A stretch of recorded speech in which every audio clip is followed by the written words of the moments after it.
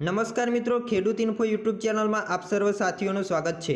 મિત્રો આજે તારીખ 1 સપ્ટેમ્બર 2024 અને વાર છે રવિવાર। મિત્રો આજથી નવા નિયમો લાગુ કરવામાં આવશે, જેની સીધી અસર તમારા ખિસ્સા પર મિત્રો થઈ શકે છે।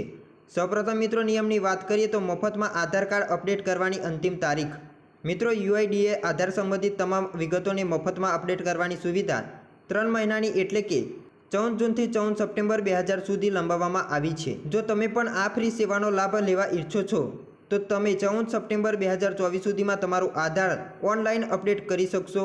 અન્યથા તમારે આ પછીની તારીખ પછી જો તમે આધારને અપડેટ કરવા માંગતા હોય તો તમારે ફી ચૂકવવી પડશે। એક વાત પર ખાસ ધ્યાન આપો કે આધારને ફ્રીમાં અપડેટ કરવાની સુવિધા માત્ર ઓનલાઈન અપડેટ પર જ ઉપલબ્ધ છે। આધાર સેવા કેન્દ્રની મુલાકાત લઈને આધારમાં કોઈ અપડેટ કરવા માટે તમારે લાગુ ફી ચૂકવવી પડશે। હવે પછી નિયમ વિશે વાત કરીએ તો ગેસ સિલિન્ડરની કિંમતમાં મિત્રો વધારો।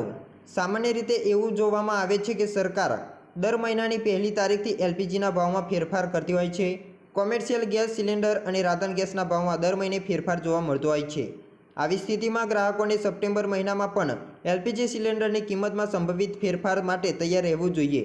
ઓગસ્ટ મહિનામાં કોમર્શિયલ એલપીજી ગેસ સિલિન્ડરની કિંમતમાં 8.5% રૂપિયાનો વધારો થતો જોવા મળ્યો હતો, જ્યારે જુલાઈમાં તેની કિંમતમાં 30% રૂપિયાનો ઘટાડો થયો હતો। તો મિત્રો આ સપ્ટેમ્બર મહિનામાં એલપીજી ગેસ સિલિન્ડરની કિંમતમાં વધારો કે ઘટાડો જોવા મળી શકે છે। ત્યાર પછીના નિયમ વિશે વાત કરીએ તો એટીપી અને સીએનજી પીએનજી દરોમાં ફેરફાર।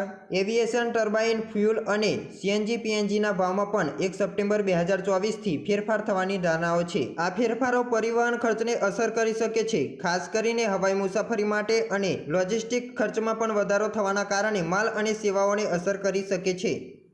ત્યાર પછીના નિયમ વિશે વાત કરીએ તો ફેક કોલ્સ બંધ થશે। ફેક કોલ્સ અને સ્પેમ મેસેજની વધતી જતી સંખ્યાને રોકવા માટે telecom regulatory authority of India એટલે કે TRAI 1 સપ્ટેમ્બર 2024થી નવા નિયમો લાવી રહી છે। ત્યાર પછીના નિયમ વિશે વાત કરીએ તો ક્રેડિટ કાર્ડના નવા નિયમો જાણી લેજો। સપ્ટેમ્બર મહિનામાં ક્રેડિટ કાર્ડના નિયમોમાં પણ ફેરફાર થવાનો છે, ખાસ કરીને રિવોર્ડ પોઈન્ટ અને પેમેન્ટ શેડ્યુલના સંદર્ભમાં।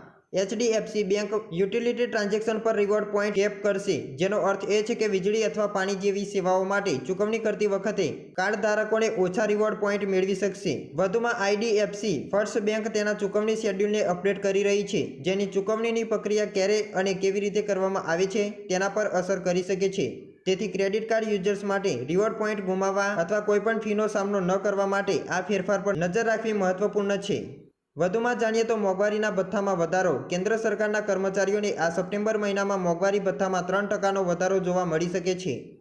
હાલમાં સરકારી કર્મચારીઓને 50% મોંઘવારી ભથ્થું આપવામાં આવે છે, એટલે કે આવતા મહિનાથી તેને 50%થી વધીને 53% થઈ જશે।